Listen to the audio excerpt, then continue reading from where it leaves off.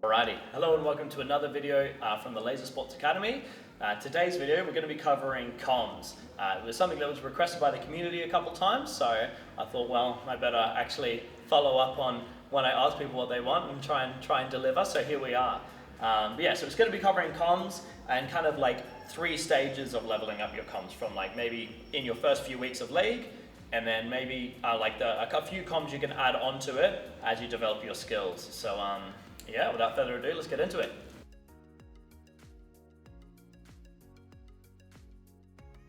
Alrighty, so the first 2 comms we're going to be looking at are door names and numbers. So let's just quickly define that. So when I say door names, I'm talking about the entrances to the bases. So the bases are where most of the gameplay in like a team game revolves around, whether you're attacking or defending. So thusly, defining the entrances is pretty important, especially when you play with the baseline rules. Each of the entrances, there'll usually be 2, sometimes 3, sometimes more, but each of them will have a name. So that'll be something like front, back, side, A, B, C, things like that. And then the extra layer of context you can add on top of that is the numbers. So that's to denote the number of players that are in the area. Alrighty, so let's put this one into an example. So say that I'm the door defender on the front door of red, and an enemy attacker were to come around the corner and attack me. I will then call front, to which my last line knows to watch towards this way, and they can tag them for me instead. If you're new, or maybe comms just isn't something that's like been integrated very much into your game already, this would be a great place to start. I think comms is one of the most important parts of the game, and it becomes progressively more important as you get to higher tiers of play, and then thus also the level of your comms also increases, and you keep adding extra layers of context, and that's what we're going to cover in the next 2 parts of this video.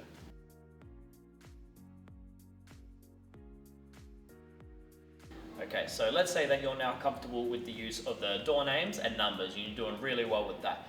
The next layer of context we're going to add is clear and 0.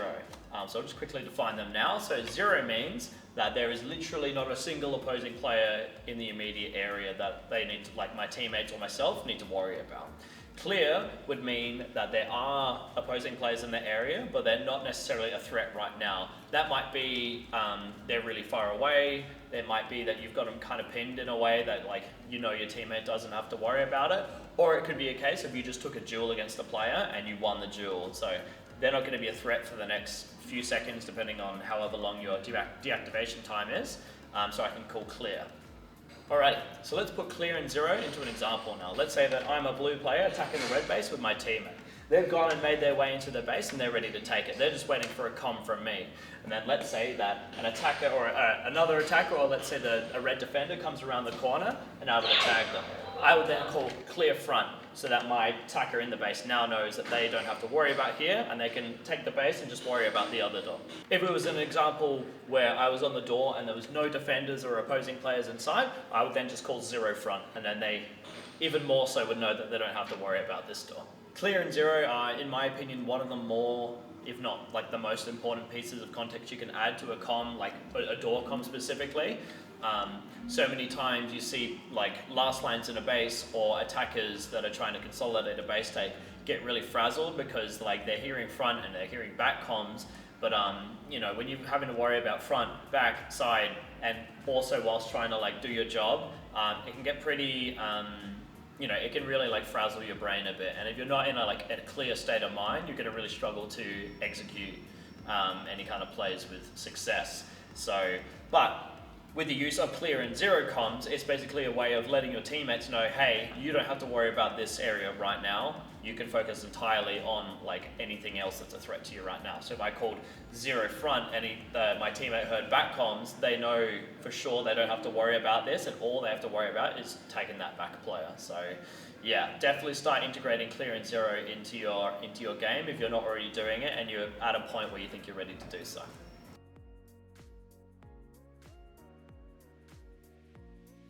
Alrighty, once you're comfortable and pretty cruisy with the use of the door names, numbers, clear and 0, and you're using them correctly, the next layer of context we're going to add is the when. So we're going to use loading and now. The 2 previous iterations of comms were covering kind of the where and the how many, but the when is super important, especially as you get to the higher tiers of play. So just to define them, loading I would use in a situation where there is an opposing player around the area that I'm defending, or maybe I'm covering a teammate and I'm attacking with them. I'm covering them on the door. I would use loading in a situation where I either A, don't know when the player is going to activate, or let's say I took a duel with them and I know they're about to activate in the next like 3 seconds or so. I would use the loading comm to let my teammate know, hey, there's a potential person that you might have to shoot in a few seconds, just be ready. And the now comm is kind of like the follow-up to the loading comm. I would use the now comm in a situation where, let's say in that same example, I was taking a duel with someone, they're about to activate, I say loading, I lose the duel. I would then say now as they when it becomes obvious that they're about to go into the base. The now comm means that whatever my teammates are doing, they need to drop it and they need to address this person, because otherwise, you're just gonna get tagged out. Alrighty, so to put loading and now into an example, let's say I'm a door defender and an opposing player were to come around the corner and they're about to take a duel with me. When I know there's about 3 seconds left till they're gonna activate, I'm gonna say loading front. Then if I were to win the duel, I would then say clear front. However, if in this example I were to lose the duel, I could then say front now as they rounded the corner, and then my teammate in the base would know to abandon whatever they're doing, and they have to address this person, because the now comm means this is the most urgent thing you have to address now, hence the name. For those of you that wanting to really break into that upper echelon of play, specifically for your defense, if you want your defense to be the best defense ever, the use of loading and now comms is super valuable. We were talking before about how if a player becomes frazzled because they're getting unexpected comms, or the comms aren't specific enough and they're not sure what to deal with when, those players will really struggle to have an impact. But when things are really clear and concise and they don't have to think about very much, they're going to perform better. So the clear and zero comms were really good for going, hey, you don't have to worry about this door right now, it's over. You can focus on the other door and do your job. The loading and the loading comm is basically to prepare your teammates for what might come next. And I think the difference between hearing a loading comm and then a now comm versus just hearing a now comm or just hearing a front door is pretty significant, especially when you're playing against really high level players that are really quick and really good at cracking into those bases. So yeah, definitely recommend using the loading and now comms, and yeah, let me know how you go with it. Alrighty, that wraps up our video for today. So yeah, just to harp on again, I think comms is one of, if not the most important skill sets you can develop in laser tag. And what's really cool about it is it's not something that's impeded by your physical attributes or personality or anything like that. Your ability to comm is just about whether you know what the comms mean and whether you say them or not. It's not hard to say words. Obviously there's things depending on your voice and the tone of your voice and stuff, maybe you can struggle to be heard by your team, but there is things you can do to adjust that, and we'll cover that in a future video.